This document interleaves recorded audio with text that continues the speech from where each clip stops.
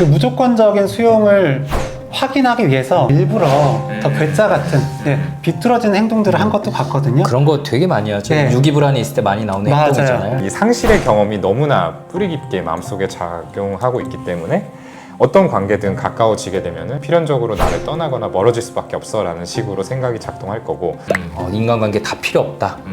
나는 외롭지 않다.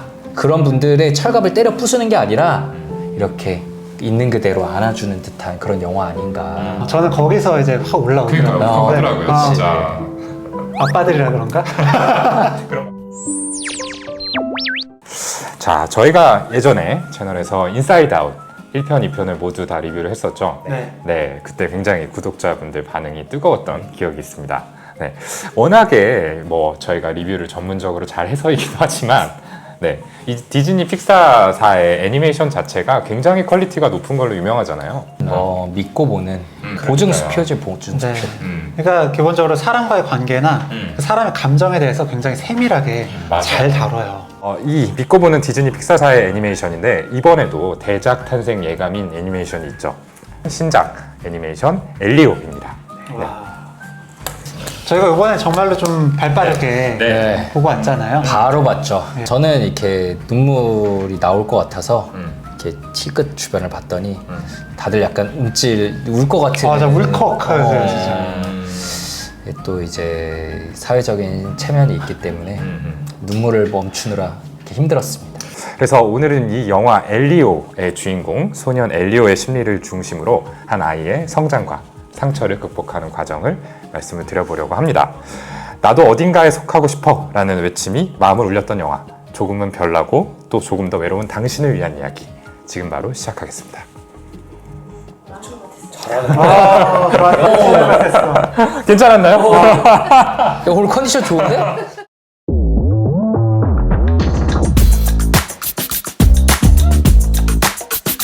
어쨌든 우리가 잘 나오지는 않지만 엘리오의 부모님이 갑작스러운 사고로 돌아가신 것 같아요. 그래서 엘리오가 이제 고모와 함께 지내게 되는데, 고모는 이제 우주 비행사 프로그램에 우주 비행사로 지원을 하고 있었는데 엘리오를 이제 갑자기 떠맡게 되면서 그거를 포기하게 됐습니다. 그렇죠. 네, 그래서 둘이 같이 어떤 그 공군 기지 같은 곳에 지내요. 우주항공과 관련된 정부 부처에 지내는데 친구들과 잘 어울리지 못합니다. 그리고 항상 우주에 가고 싶다 라면서 외계인들에게 나를 데리러 와달라라고 바닷가에서 혼자 메시지 써놓고 머리에 이제 이상한 철모 같은 거 쓰고 안테나 같은 거 달려있는. 그런 거 쓰고 항상 외계인을 기다리고 있는 다소 괴짜 아이죠. 그렇죠. 다른 사람들이 보면은 왜 저 친구는 저럴까? 라는 의문을 갖게 되는 그런 친구인 것 같아요. 자, 그렇다면은 이제 이 엘리오라는 친구가 왜 자꾸 지구를 떠나서 우주로 가고 싶어 할까? 외계인한테 자기를 데려가 달라라고까지 얘기를 하는데 이렇게 납치를 당하고 싶어 하는 일종의 그런 심리는 뭘로 좀 이해를 할 수 있을까? 여기서부터 이야기를 풀어보면 좋을 것 같습니다. 아이들은 되게 흑백 논리적인 사고를 많이 하잖아요. 그러니까 이전에 엘리오에게는 지구는 너무 좋은 세계였는데, 선한 세계였는데 부모님이 없어지면서는 이제 의미 없는 세계가 돼버린 거예요. 흑백 논리에서 이제 뭐 악하다고 볼 수는 없지만 의미를 찾을 수 없는 세계가 되어버리니까 이제 애가 어쩌지 하고 있었는데 다른 세계들이 있다. 그러니까 바로 그럼 저기는 또 반대로 좋은 곳? 의미를 찾을 수 있는 곳? 이런 식으로 뭔가 확 꽂히게 되지 않았을까, 이런 생각은 들더라고요. 맞아요. 이제 애착의 관점에서도 생각해 볼 수 있죠. 우리가 이제 부모님하고의 관계에서 형성되는 어떤 신뢰로운 안정감, 이런 것들이 이제 애착이라고 부르는데, 부모님이 이전까지 굉장히 아이를 이제 세심하게 잘 케어를 해 주셨던 것 같아요. 뭐 자세히 나오지는 않지만. 근데 부모님이 사고로 갑작스럽게 돌아가시게 되고 고모에게 키워지게 된 이런 상황이잖아요. 어쨌든 본인의 1차 보호자였던, 어떻게 보면 세상의 중심이었던 분들이 한 번에 없어지게 된 상황이니까 이 친구는 이제 애착의 관점에서 굉장히 큰 트라우마를 입은 상황이다, 이렇게 생각을 해볼 수 있을 것 같고요. 방금 말씀하신 대로 이 지구라는, 내가 살고 있는 환경은 상대적으로 좀 불안정하고 어떤 불완전하고 나에게 상처를 준 곳이라고 한다면은 이런 것들이 없는, 그러니까 상처를 받을 가능성이 없는 안정적인 세계에는 이 지구와 완전히 대비되는 우주라고 생각을 하지 않았을까. 특히 이제 엘리오가 살고 있는 환경에서 우주에 대한 노출이 자연스럽게 또 많은 상황에서는 더 그렇게 될 수 있지 않았을까 이런 생각도 드네요. 그 오동 선생님은 소아정신과 또 하시잖아요. 네. 그러다 보면 이제 아이들이 어떤 이제 현실 세계에서 그런 큰 트라우마를 입었을 때 네. 되게 공상, 상상 이런 걸 하면서 현실을 좀 극복하려고 많이 하지 않나요? 아, 맞죠. 그런 부분들이 분명히 있습니다.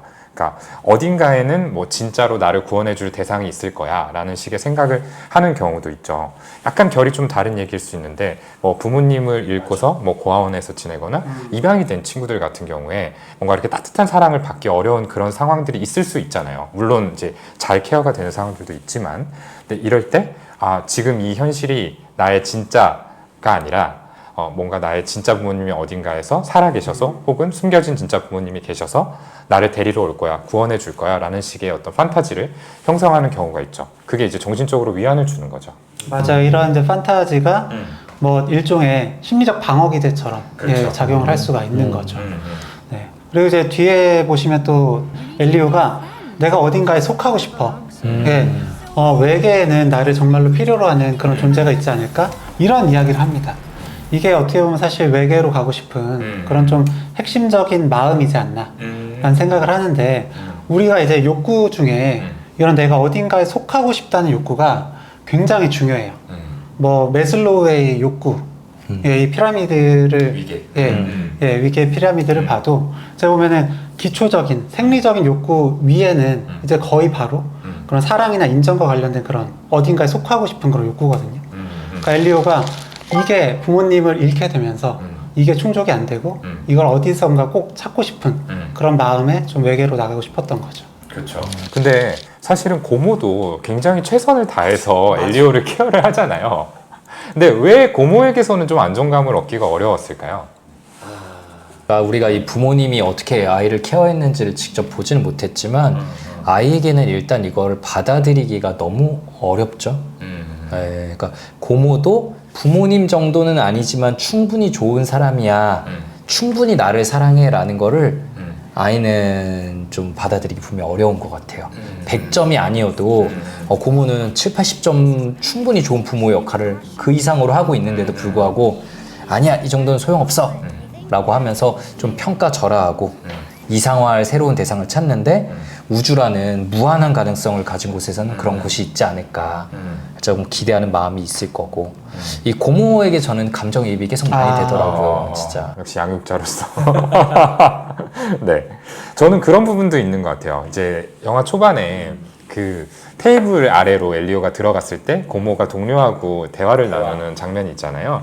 이번 우주 비행사 프로그램에 뭐 참여하시나요? 라고 얘기를 했을 때 하지 않는다, 상황이 그렇게 돼서 이런 얘기들을 하는데, 엘리오도 이제 알았을 거란 말이죠. 자기 때문에 엘리오가 이제 고모가 꿈꿔왔던 그런 상황들을 이제 얻지 못하게 되는 이런 것들을 알고 있었기 때문에 여기에 대한 무의식적인 어떤 죄책감, 책임감 이런 것들이 또 있었을 것 같아요. 그래서 나는 고모한테 짐이 되고 있는 존재가 아닌가라는 의문을 계속해서 품었을 텐데, 이제 아이들은 이 감정들을 마음속에 담고 있는 게 되게 어렵잖아요. 사실 누구한테나 그렇죠.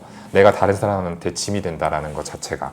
그렇기 때문에 그거를 이제 고모에게 투사해서, 고모는 나를 원치 않아, 나를 좋아하지 않아, 이런 식으로 좀 생각을 하고, 그럼 나의 진짜 편이 되어줄 동료들은 저 외계에 있어, 이런 식으로 생각이 좀 흘러가지 않았을까. 맞아요. 그러니까 엘리오가 정말 좀 바랬던 거는 그 무조건적인 사랑, 무조건적인 수용이었던 것 같은데, 저는 그 무조건적인 수용을 확인하기 위해서 엘리오가 어떻게 보면 약간의 일부러 더 괴짜 같은 비뚤어진 행동들을 한 것도 같거든요. 그런 거 되게 많이 하죠. 네. 유기불안이 있을 때 많이 나오는 행동이잖아요. 근데 안타깝게도 고모가 굉장히 사랑은 하는데 그런 모습까지 다 받아주지는 않잖아요. 네. 그러다 보니까 엘리오가 아, 고모는 나를 이제 무조건적으로 사랑하는 사람은 아니구나, 조건부적으로 내가 필요로 해야지만 난 수용받을 수 있어, 이런 마음이 좀 자리 잡고 있지 않았을까 싶어요.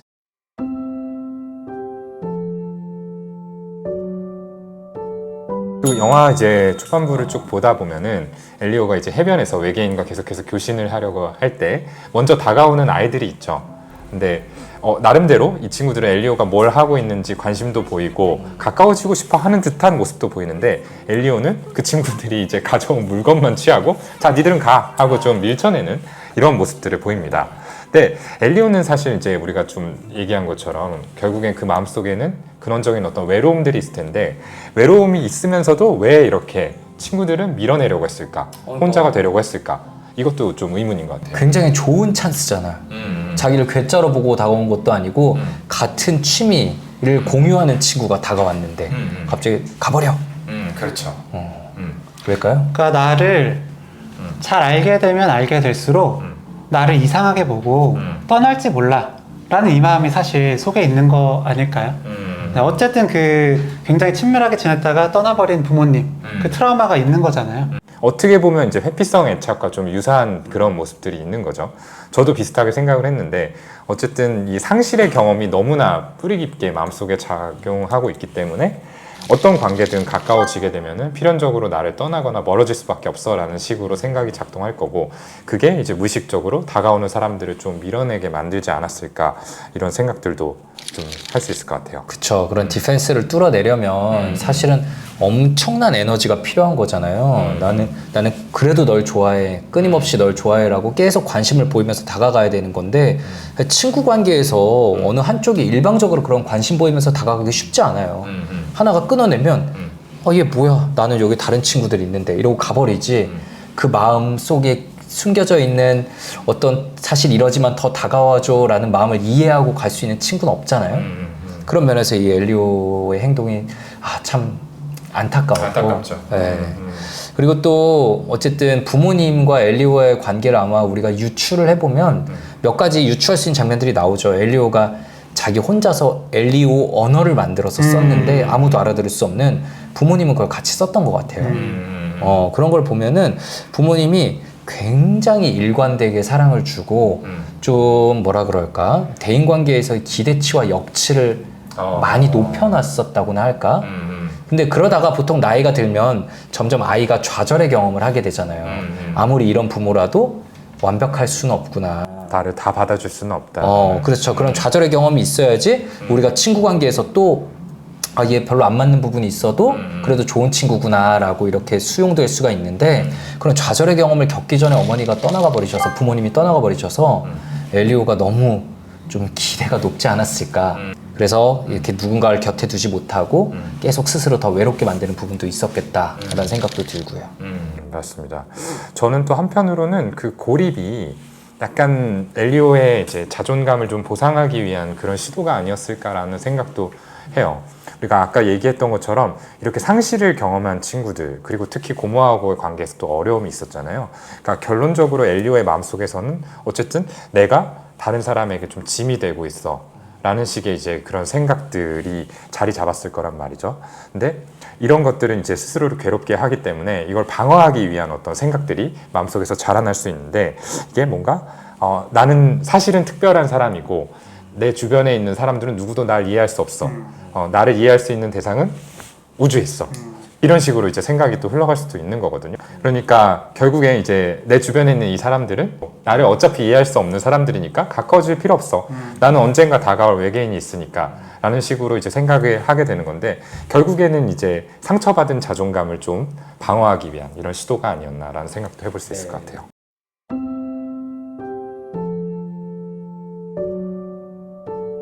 이야기가 어떻게 흘러갈까 굉장히 궁금했는데 엘리오가 소원 성취를 하게 되죠. 실제로 외계인들이 엘리오를 픽해가지고 외계인들의 커뮤니티, 코미니버스였나요? 예, 거기에 이제 가게 됩니다. 그리고 뭐 여러 가지 과정들이 있는데 이제 그 중에서 가장 특별한 일이 우주에서 이 친구를 사귀게 된 거죠. 글로든이라고 하는 외계 생명체와 조우해서 친구가 되게 돼요. 근데 우리가 방금 얘기했던 것처럼 엘리오는 상처가 많은 친구고 사실 친구 사귀는데 별로 관심이 없었던 친구인데 어떻게 해서 이 엘리오가 글로든에게만큼은 좀 마음을 열게 되었는지 그걸 얘기해 보면 좋을 것 같습니다. 네, 저는 이 대사가 기억이 나요. 지구에선 친구가 없었어. 지구가 문제라 생각했는데 내가 문제라면? 라고 그랬더니 글로돈이 난 너 좋아. 내 눈엔 너 꽤 괜찮아. 라고 하는 부분이 있거든요. 근데 이게 이제 원래 그 엘리오가 그 코미니버스의 이제 대표 사절로 이제 협상에 나섰다가 협상에 실패를 합니다. 그러니까 어떻게 보면 엘리오로서는 굉장히 한번 큰 좌절을 겪어요. 네. 좌절을 겪은 뒤에 제 자존감에 큰 상처를 입죠. 근데 자존감에 상처를 입은 걸 어떻게 보면 엘리오로서는 저는 처음 표현을 한 것 같거든요. 사실은 이제 내가 특별하기도 하지만 사실 부족한 부분도 있다는 이런 나의 마음을 사실 이제까지는 내 부족함을 드러내질 않았어요. 근데 어쨌든 좌절을 겪고 나서 나의 부족함을 드러냈단 말이죠. 그런데 이걸 글로든이 그냥 수용을 해줘. 너 부족해도 괜찮아. 라는 이 얘기를 딱 들으니까 계속 원했던 무조건적인 수용을 이 순간에 좀 받은 느낌. 받은 그런 느낌. 그래서 이 급속도로 좀 친해진 것 같아요. 아까 우리가 애착 외상 얘기를 한번 했지만 이 애착이라는 게 사실 한번 뭐 틀이 잡히면 바뀌는 게 쉽지 않다고들 얘기를 하지만 이후에 이제 어떤 새로운 관계에서 어떤 경험을 하느냐에 따라서 얼마든지 달라질 수 있는 부분들이 있거든요. 그래서 새로운 관계를 잘 쌓아야 된다라는 얘기를 드리고는 하는데 그거를 조금 전문적인 용어로 교정적 재경험이다 이렇게 얘기를 해요. 예전의 상처를 덮어줄 수 있는 새로운 방식의 경험을 해서 세상을 바라보는 틀을 바꾸자라는 건데 그 역할을 이제 글로든이 엘리오한테 해줬다라고 볼 수 있겠죠. 그 환경적인 베이스도 근데 되게 유사한 게 있죠. 그렇죠. 어머니가 없고 물론 엘리오는 이제 아버지도 없어지셨지만 그래서 비슷한 아픔을 갖고 있는 그런 베이스가 있고 그리고 또 가까운 가족에게도 또한 동시에 내 보호자에게 이해받지 못한다는 그런 느낌 맞아요. 그것 또한 동시에 가지고 있고 그렇죠. 친구는 없고 또 약간은 미성숙한 부분을 얘기를 해보자면 일단 왕자야. 나도 이제 특별하다라고 애써서 자신을 포장하고 있었는데 하필이면 친구를 하나 만나는데 왕자야. 그러니까 특별함까지 더 약간은 공유되는 듯한 느낌도 더 받았을 것 같아요. 나는 지구의 대표, 얘는 글로드는 그 종족의 왕자. 이러면서 더 훅 친해진 부분이 있을 거고 두 분도 아마 있으실 것 같긴 한데 진료 오시는 분들 중에 친구들끼리 같이 오는 분들도 있지 않나요? 그러니까 되게 오래된 친구나 아니면은 그렇게 오래되지 않더라도 과거의 고통까지 공유하는 친구들이 저 진료실에 오시는 분들도 몇몇 계시거든요. 그러니까 이게 얘기를 들어보면 물론 그 친구 관계라고 항상 완벽한 건 아니지만 나의 그런 아픔, 비슷한 아픔을 갖고 있는 사람들끼리 확실히 그래 얘는 확실히 그 느낌 뭔지 알지 라는 사람들끼리 만들어지는 끈끈함은 다른 관계에서는 얻을 수 없는 것 같긴 해요. 둘이 서로 딱 보는 순간 느낌이 왔겠죠.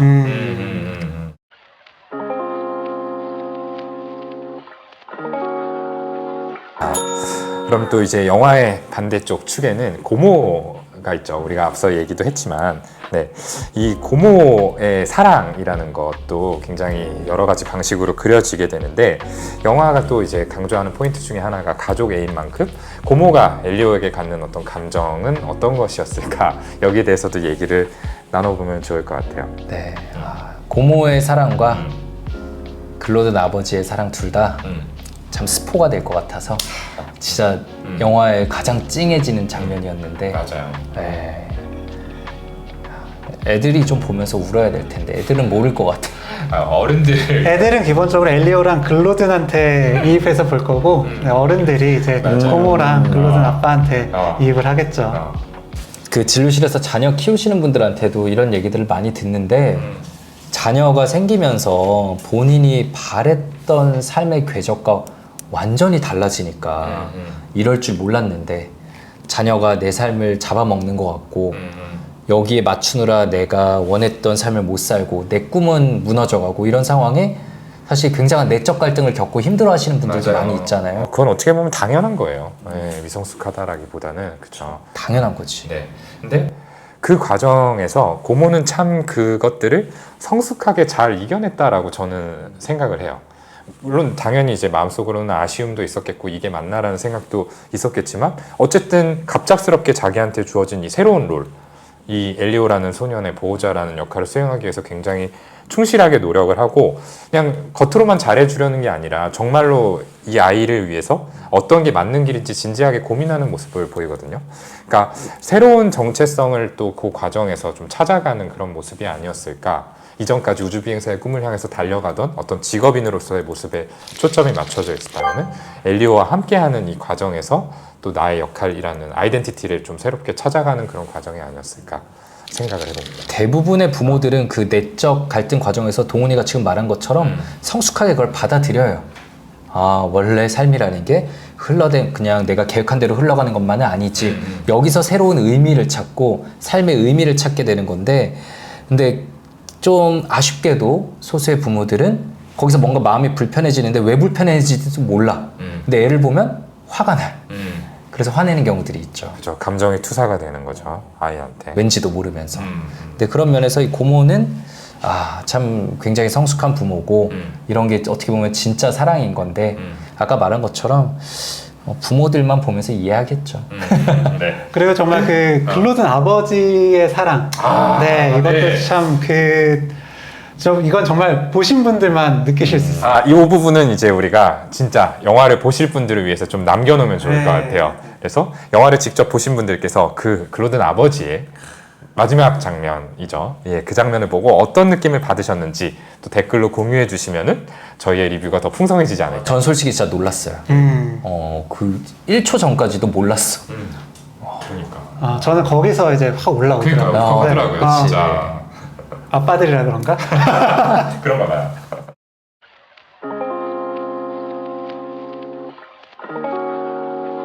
저는 일단 외로움을 타겟으로 만든 영화라고 생각해요. 맞아. 저희도 외로움에 대해서 되게 얘기를 많이 했고요. 근데 댓글들 보면은 사실 애써 부정하시는 분들도 많습니다. 인간관계 다 필요 없다. 나는 외롭지 않다. 라고 물론 실제로 그러신 분들 있겠지만 애써 그 철갑을 입으시면서 방어하시는 듯한 댓글들도 사실 자주 만나요. 더 상처받기 싫어서 그런 거죠. 그런 분들의 철갑을 때려 부수는 게 아니라 이렇게 있는 그대로 안아주는 듯한 그런 영화 아닌가. 나도 모르는 사이에 그 철갑 틈으로 그냥 쓱 스며드는 따스함. 그래서 나도 모르게 뭔가 좀 누구와 연결되고 싶다라는 느낌을 주는 듯한 그런 이미지가 느껴졌습니다. 네. 그리고 우리가 보통 외로움이라는 감정을 느끼는 게 꼭 혼자 있을 때만이 아니거든요. 네. 이렇게 있을 때, 혹은 여러 모임 속에 있으면서도 외로움을 느껴요. 그렇죠. 내가 이해받지 못하는 것 같고, 내가 이 무리에 끼지 못하는 것 같은 그런 마음을 들 때, 오히려 혼자 있을 때보다 더 외로움을 느끼기도 합니다. 근데 이런 외로움을 크게 느끼시는 분들을 보면, 나를 정말로 다 알고 이해해주는 완벽한. 그런 완벽한 어떤 대상을 원하시는 경우가 많아요. 기대치가 너무 올라가 버려요. 맞아요. 그러다 보니까 기대치가 충족이 안 되고 외로움을 느끼시는 거죠. 사람들과의 연결, 네, 내가 혼자가 아니구나 라는 이런 마음들이 꼭 어떤 그런 꼭 특별한 나를 완전히 이해해주는 그런 관계에서만 오는 건 아니라는 걸 꼭 좀 아셨으면 좋겠어요. 네, 그런 메시지를 좀 넣은 거 아닌가, 네, 그런 생각이 좀 들었습니다. 결론적으로는 우리가 혼자가 아니라 항상 함께하는 존재가 어딘가에 있고 연결이 되어 있다라는 사실을 깨닫게 해주는 그런 따뜻한 영화가 아니었나라고 생각을 해요. 네. 우정부터 가족에까지 느낄 수 있는, 가슴 따뜻해질 수 있는 영화니까요. 뭐 혼자 봐도 좋지만 또 친구나 가족, 연인같이 사랑하는 사람들과 함께 보면서 소중한 시간을 보내셨으면 좋겠습니다. 저는 영화 원래 혼자 보는 게 제일 멋있는 거라고 생각합니다. 그렇죠. 물론 그렇지만 네, 뭐 어떻게 보셔도 좋다. 네. 네.